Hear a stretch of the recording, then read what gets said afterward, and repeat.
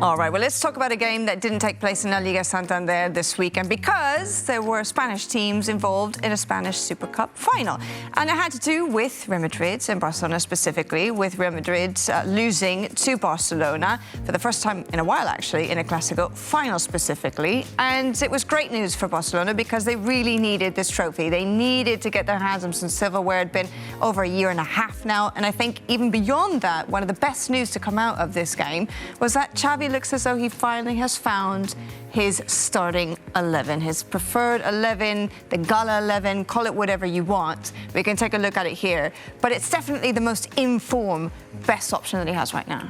Yeah, I think obviously it was intelligent from Xavi to play that extra midfielder, against Real Madrid, having Gavi this time playing as a winger, as he did against Atleti.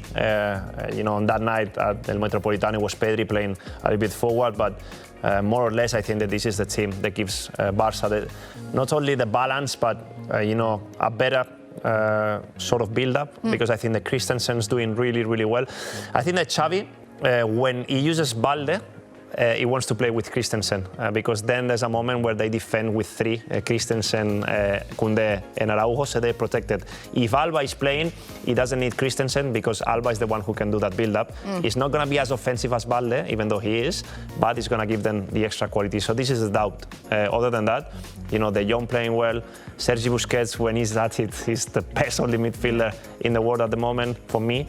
And obviously having Lewandowski is always a big bonus. The main concern for Barcelona is can they have players close to the Polish striker? Gavi was the one against Real Madrid, and this is how they won the game. So, big news and happy days for Barca, the first title of the new era. Even the players are speaking quite openly. This is the start of a new era. Let's see. Now it's about consistency, Senra.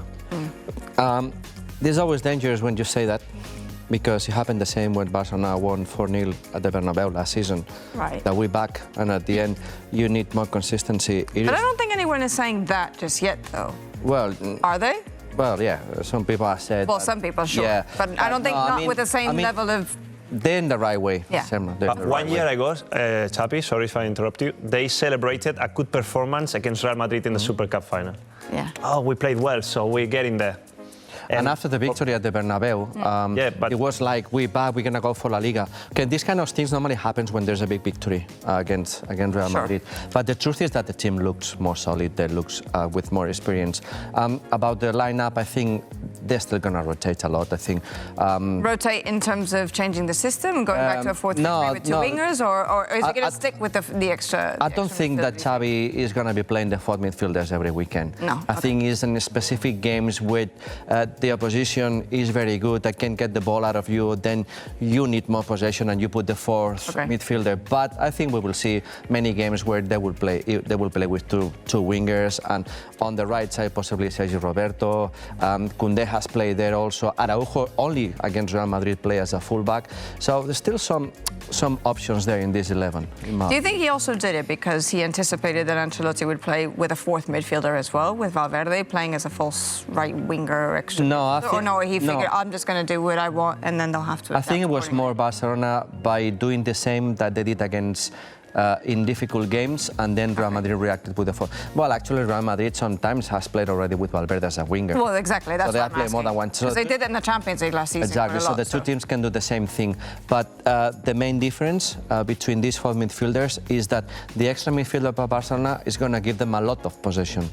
The extra midfielder for Real Madrid is going to give them something different, which is directness, is help in defense. So basically what Barcelona want to do against Real Madrid and against difficult or big teams is not to lose the control of the game. Right. And by not losing, they need an extra midfielder.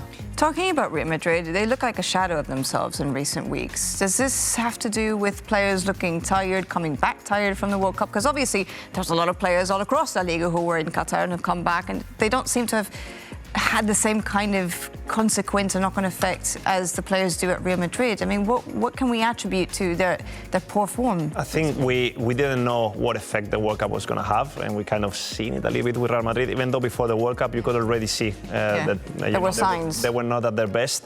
But I think that January normally is always a bad month for Real Madrid. I don't know, historically. It is, yeah. They always tend to, I don't know, relax in January, and then when the Champions League comes back, this is when they wake up somehow. So I wouldn't really write them off. It's true that there's a moment where they're suffering. They're confused at the back. For me, Rudiger is, he had a good start, but he wasn't, playing always. And now that he's kind of, the man in defence is giving them a little bit of insecurity in that. Carvajal had a shocker as well. The same problem as in the right back, the same as Barcelona did. Yes, exactly. Carvajal is struggling. I think that, Kroos even looks tired, Modric in midfield. So, there's a bit of a lack of energy. And then Vini is he wants to win the game every time he has the ball. So he's back being the Vini before the transformation to that mature player. So, there's a bit of reasons why, but I wouldn't really say, Real Madrid, they're going through a very bad moment now, because it's Real Madrid and they bounce back like this. So they do, but they also have an incredibly punishing schedule for the next month. If they win every single game in the Cup and in the Champions League, and also add to that the Club World Cup, which they have to travel to Morocco for, I mean, they're playing games every 3 days for the next month. I mean, that has to be exhausting, I can imagine. Yeah, definitely. And on top of that is the month before the restart of the Champions League. Exactly. So, but it's gonna be killing. It's gonna be very, very tiring. And despite rotating, I think one of the problems of Real Madrid is that the most important players of the team, if you don't count Vinicius, which is Benzema, Modric and Kroos, they're already experienced players. They have over 30. So this kind of strange seasons happening. I'm not saying because they all gone to the World Cup, because Kroos didn't go and Benzema didn't go, but they had to do an extra pre-season. So for the older or more experienced players, I think they can pay more the effort than the youngsters. So, but again, the same as Andy said, give them 2-3 weeks and they will be fighting for everything. Yeah.